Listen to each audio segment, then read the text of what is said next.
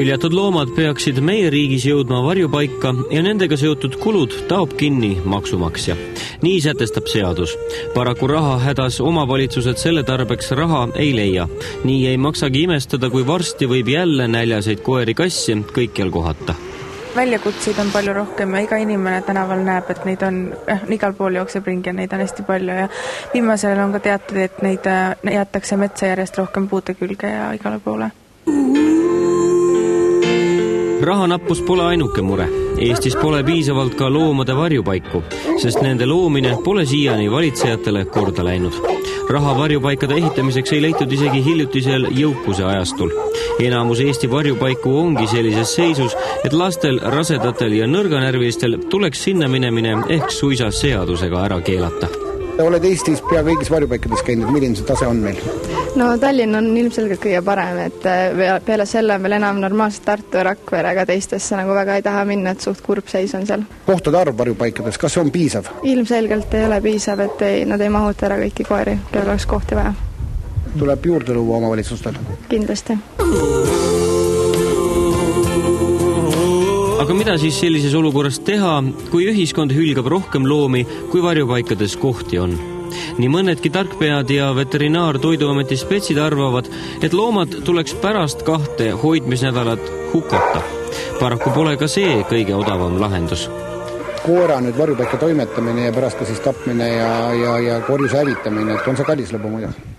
No laias laastus 3,000–5 000, aga see oleneb ka vallast ja viimasel ajal on niimoodi, et kui omanik tuleb oma koeral järgi ja koer on toodud vallast, siis vald küsib inimese käest selle raha tagasi. Varjupaikade töötajad loomi hukata ei taha. Vähemalt nii nad väidavad ja numbrid on ka selle jutu tõestuseks. Nii näiteks on suutnud loomakaitsjate poolt Valga lemmikloomade tapamajaks ristitud varjupaik eelmisel 2 aastal hukkamiste arvu oluliselt vähendada. Ka Väike-Maarja niinimetatud süldivabrikusse saadetavad kogused on vähenenud. Kui näiteks 2006. aastal saatsid ainuüksi mõned varjupaigad Väike-Maarjasse ligi 30 tonni lemmiklooma korjuseid, siis möödunud aastal oli see kogus pea 10 korda väiksem ehk 10,5 tonni.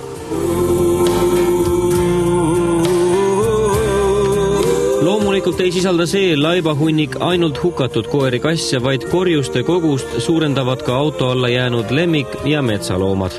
Enamuse sellest surnud massist moodustavad eelkõige kassid.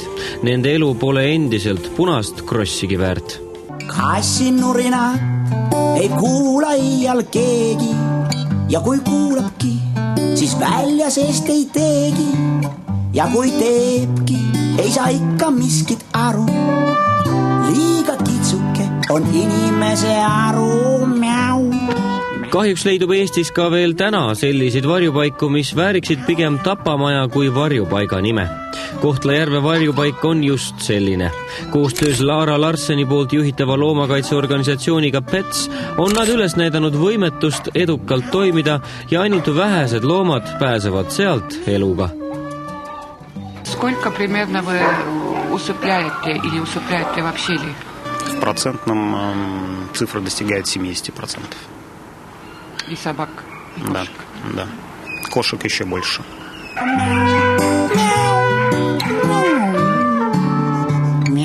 Kuigi Aleksander kurdab, et Kohtla-Järvelt loomi ei võeta ja idapiiri läheduses on ehk hoolimatum rahvas, siis tegelikkuses lasub osa süüst ka varjupaigal enesel.